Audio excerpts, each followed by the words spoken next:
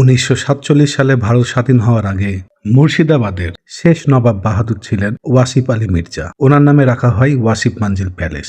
আজ আপনাদের ঘুরে দেখাবো ওয়াসিফ মাঞ্জিল প্যালেস। হাজারদুয়ারি প্যালেসের পেছনে 1903 সাল নাগাদ প্যালেসটি নির্মাণ করা হয়।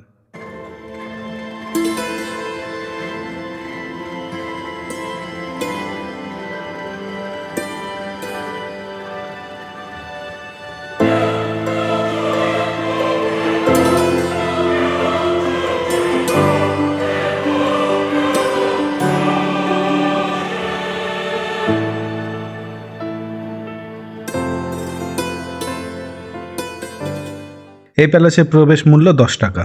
আমরা টিকিট কেটে নিয়েছি।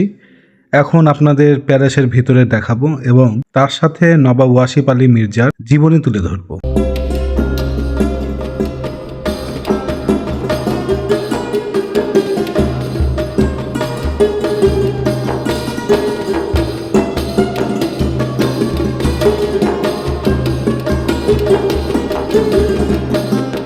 আমরা এখন যাচ্ছি উপরের দিকে। উপরে কি আছে দেখি, যেহেতু আমার কাছেও একদম নতুন এটা। 7ই জানুয়ারি 1875 সালে ওয়াসিফ আলী মির্জা জন্মগ্রহণ করেন হাজারদুয়ারি প্যালেসে। ওনার পিতা নবাব বাহাদুর হাসান আলী মির্জা। ওয়াসিফ আলী মির্জা ওয়েস্টার্ন কালচার পছন্দ করতেন, কারণ মাত্র 12 বছর বয়সে তাকে লেখাপড়া শেখার জন্য ইংল্যান্ড পাঠানো হয়। দীর্ঘ সময় সেখানে থাকে।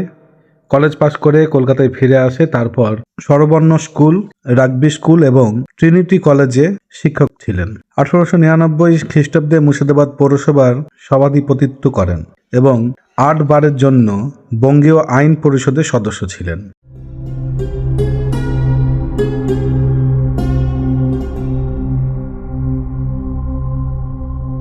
অসাধারণ সুন্দর এই প্যালেস। কোনো আইডিয়া ছিল না, যেহেতু এর আগে আসেনি, আজকে প্রথম এলাম। দেখুন কত সুন্দর কারিগরি, কত সুন্দর সুন্দর আয়না।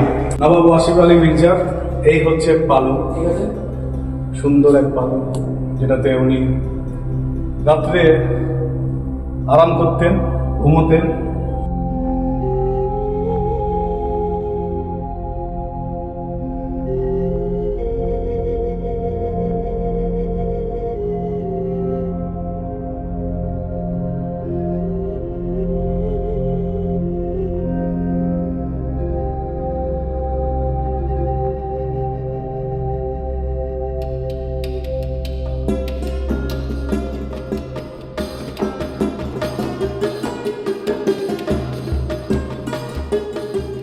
মাসুম দেখুন আরাম করছে।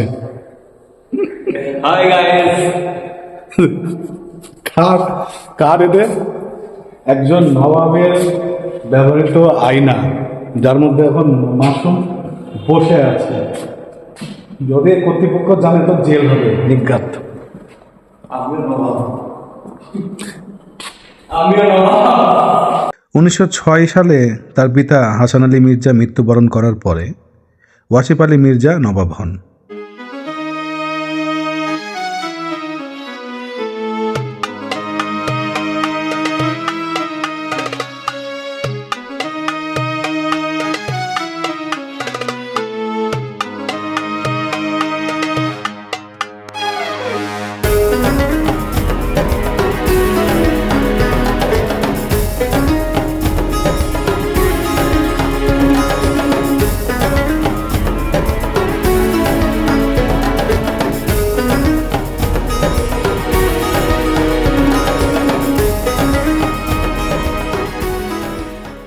চুরাশি বছর বয়সে নবাব ওয়াসিফ আলী মির্জা কলকাতায় পার্ক স্ট্রিটে তার বাসভবনে মৃত্যুবরণ করেন। ওনাকে সমাধিস্থ করা হয় জাফরগঞ্জ কবরস্থানে, যেখানে মীর জাফরের কবর আছে, যেটা মীর জাফরের বংশধরের কবরস্থান হিসেবে আমরা সবাই চিনি। তো আজকের ভিডিওটা আপনাদের কেমন লাগলো অবশ্যই কমেন্ট করে জানাবেন। আর আমার এই নতুন চ্যানেল, আমার YouTube channel blog with myth, এটাকে আপনারা সাবস্ক্রাইব করে দিবেন। আপনারা সাবস্ক্রাইব করলে আমরা এরকম আরও ভিডিও বানানোর মোটিভেশন পাই এবং ভবিষ্যতে আরও ভালো ভালো ভিডিও আপনাদেরকে উপহার দিব।